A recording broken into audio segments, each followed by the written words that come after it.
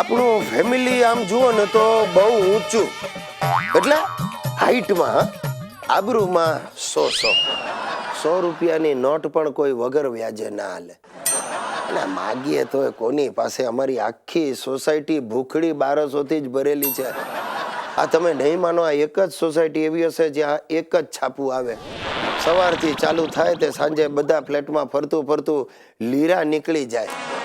અરે શું થાય પણ હવે.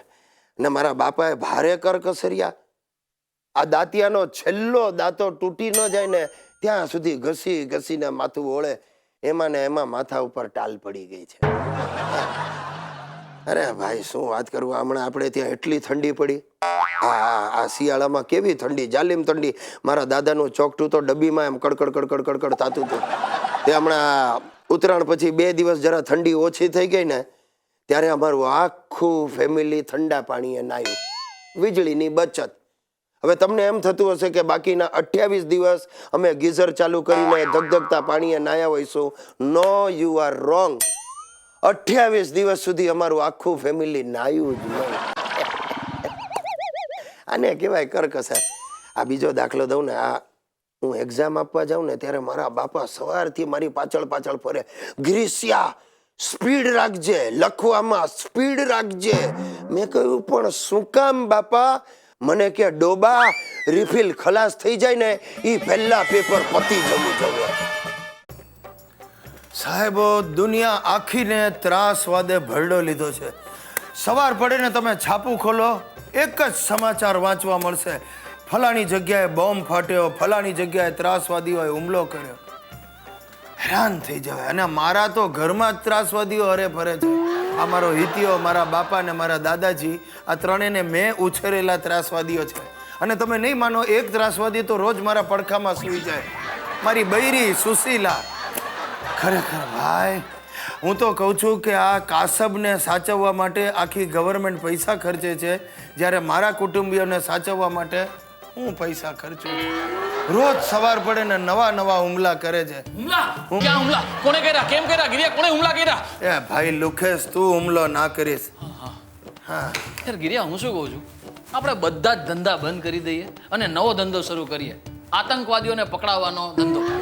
અરે તું નહીં માને, એક આતંકવાદીને માથે 5 લાખ, 10 લાખ, 25 લાખના ઇનામ હોય છે.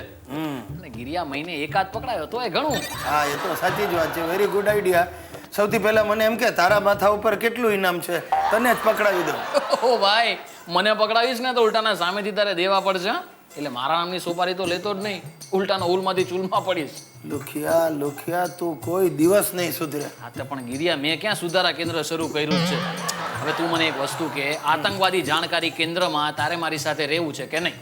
આતંકવાદી જાણકારી કેન્દ્ર, આઈડિયા ખોટો નથી લુખેશ. પણ જો ભાઈ, આપણે કાંઈ પણ હવે ધંધો શરૂ કરીએ ને પહેલા ટર્મ્સ કન્ડિશન એકદમ ક્લિયર હોવી જોઈએ.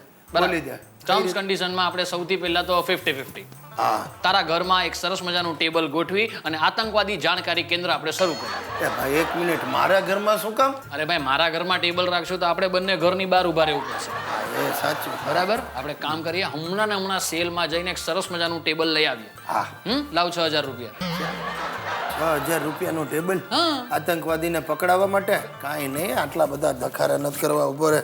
જો ભાઈ 50-50 વાત કરી છે ને, હું તને 2000 રૂપિયા આપું છું, ટેબલ લઈ લે. કાંઈ વાંધો નહીં, હું તો જાઉં છું કોઈ ભંગારવાળા પાસે અને જૂનું ટેબલ લઈ આવું છું. હા ભલે. અને સાંભળ, હે ગિરિયા સાંભળ, જલ્દી આતંકવાદીઓના છાપામાંથી એક લિસ્ટ બનાવ, કોના ઉપર કેટલું ઇનામ છે એ બધાનું ટોટલ કર. હું તારા ઘરે જઈને ટેબલ ગોઠવાવું છું. ઓકે? ભલે ભલે ભલે.